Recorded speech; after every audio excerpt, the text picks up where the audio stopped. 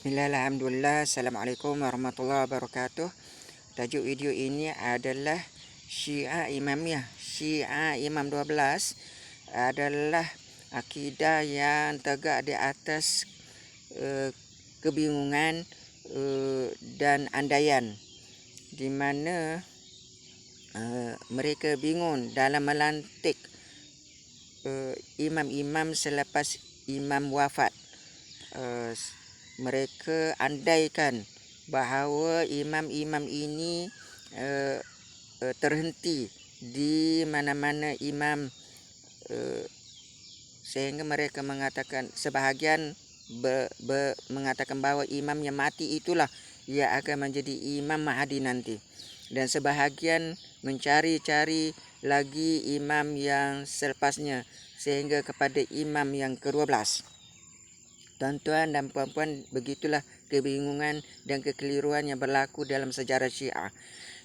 Terdahulu saya ingin menyebut bersama tuan-tuan, Imam 12 Syiah ini pertama dengan Ali bin Abi Talib, kemudian Hasan, Husin, Ali Zainal Abidin, Muhammad Al-Baqir, Ja'far Shadiq, Musa Kazim, Ali Ridha, Muhammad Al-Jawad, Ali Al-Jawad, Hasan Askari dan Muhammad bin Hasan Askari, imam yang ke-12.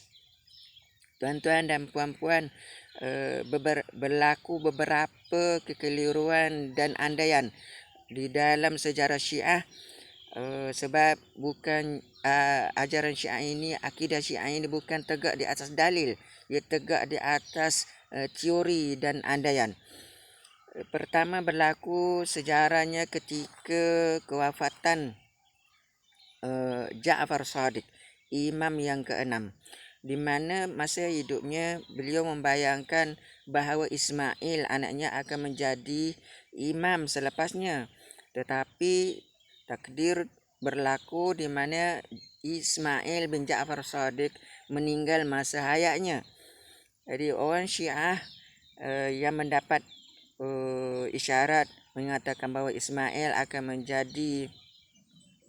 menjadi imam apabila wafatnya Ja'far Shadiq.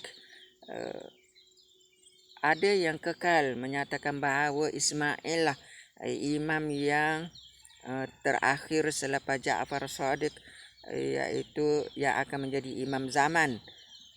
Dan Syiah, golongan Syiah ini yang berandaian sebegini bahawa imam terakhir adalah Ismail, maka dipanggil Syiah Ismailiyah yang sampai sekarang. Manakala selepas wafat Imam Ja'far Shadiq, ada juga Syiah yang berandaian lagi menyatakan bahawa Ja'far Shadiq lah imam yang terakhir, dan mereka mengatakan bahawa Ja'far Shadiq lah yang akan muncul nanti menjadi imam zaman. Ini satu kumpulan yang saya sebut bahawa tajuk kita ialah Syiah ini tegak di atas andaian dan kekeliruan. Kemudian sebahagian mereka daripada Syiah Imamiyah ini, mereka mengatakan bahawa imam yang mencari imam yang selepas Ja'far Shadiq, iaitu anak kepada Ja'far Shadiq yang paling besar ketika itu, yang paling tua, iaitu Abdullah Al-Aftah. Abdullah Al-Aftah ini kebetulannya juga tidak panjang usia, 70 hari saja selepas kewafatan ayahnya Ja'far Shadiq, beliau juga meninggal dan tidak mempunyai zuriat. Lalu Syiah yang mulanya berkumpul sepakat melantik beliau sebagai imam, sekarang kebingungan lagi, dan mereka ada yang kekal menyatakan bahawa Abdullah Al-Aftah lah sebagai imam yang terakhir yang akan muncul menjadi imam zaman ataupun Mahdi. Dan ada yang menyatakan bahawa anaknya yang berada di Yaman, iaitu anak ghaib. Isu anak ghaib, andaian anak ghaib ini berlaku juga di ketika itu. Menganggap bahawa Abdullah Al-Aftah ada anak ghaib di Yaman yang akan muncul menjadi imam zaman ataupun Imam Mahdi nanti. Kemudian sebahagiannya menyatakan bahawa kita mencari imam adik-beradik kepada Abdullah Al-Aftah, iaitu Musa Kazim. Dan mereka pergi kepada Musa Kazim. Musa Kazim menjadi imam yang ketujuh. Kemudian Ali Reda, Muhammad Al-Jawad, Ali Al-Jawad. Kemudian saya ingin menyebut lagi sekali, sebenarnya berapa kali, ya ini yang jelas-jelas lah kekeliruan berlaku dan andaian berlaku, di mana apabila meninggalnya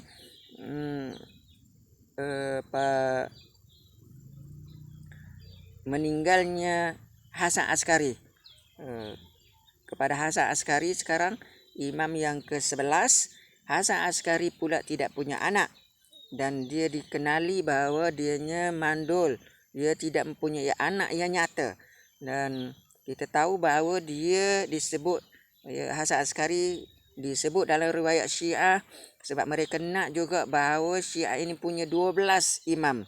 Jadi nak buat juga, nak cipta juga imam yang ke-12 ini, maka disebut Hasan Askari yang mandul tidak punya anak itu sebagai mempunyai anak daripada Narjis, anak Raja Rom. Dia kahwin dengan Narjis di dalam mimpi dan mendapat anak bernama Muhammad bin Hasan Askari, juga anak mimpi. Dan semua Ahlul Bait pada ketika itu tahu bahawa Hasan Askari tidak mempunyai anak yang zahir, anak yang diketahui oleh orang umum, sehingga Hasan Askari sendiri telah mewasiatkan hartanya kepada ibu dan saudaranya Ja'far. Ketika itu yang masih hidup, dia wasiatkan, dia berpesan supaya hartanya selepas mati pergi kepada ibu dan Ja'far, saudaranya. Dan Syiah berpecah pada ketika itu, kekeliruan besar berlaku dan andaian juga berlaku bahawa Hasan Askari ini mendapat anak daripada Narjis tadi yang kahwin dalam mimpi, mendapat anak daripada mimpi tadi itu, yang disebut sebagai zahir. Itu pun zahir ke dunia disaksikan oleh seorang saja saksi sebenarnya. Saksi itu pun disebut majhul, seperti tidak wujud, iaitu Hakimah yang disebut sebagai perempuan yang menyaksikan kewujudan anak kepada Hasan Askari, itu Muhammad bin Hasan Askari, yang wujudnya di dunia disebut ada di dunia nyata hanya ada yang disebut bahawa dianya dilihat berumur 5 tahun, ada mengatakan 3 tahun, kemudian dia gaib selama-lamanya, menjadi imam gaib. Jadi ini semua adalah kekeliruan yang di mana anak tadi Muhammad bin Hasan Askari tidak ada Syiah pun yang melihat di alam nyata. Tidak ada. Orang semua mengetahui itu adalah anak gaib. Anak gaib. Syiah dalam kekeliruan ketika itu sehingga muncul 14 kumpulan Syiah. Ada yang menyatakan Hasan Askari itulah imam yang terakhir. Dan ada yang pergi, ramai Syiah ketika itu pergi berbaiat kepada Ja'far, saudara kepada Hasan Askari, sehingga Ja'far itulah bagi mereka imam yang terakhir dan akan menjadi imam zaman. Dan ada pecah lagi yang Syiah yang ada sekarang menyatakan bahawa mereka beriman dengan Imam Muhammad bin Hasan Askari, iaitu yang gaib masa umur 3 tahun atau 5 tahun itu. Jadi itulah senario, realiti, sejarah imam-imam Syiah ini.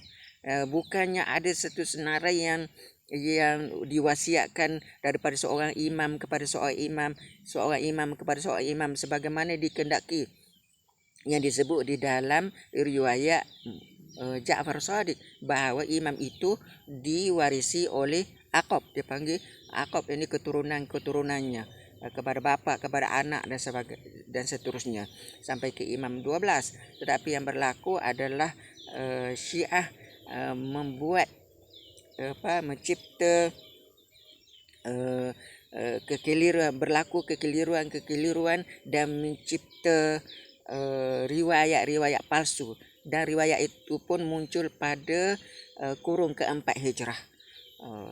Kalau dapat riwayat menyatakan senarai 12 imam diwasiatkan oleh imam itu, masing-masing imam mewasiatkan itu muncul pada kurun keempat Hijrah, iaitu dianya adalah rekaan ciptaan orang-orang Syiah untuk meneruskan akidah mereka, akidah Imam 12. Wassalamualaikum warahmatullahi wabarakatuh.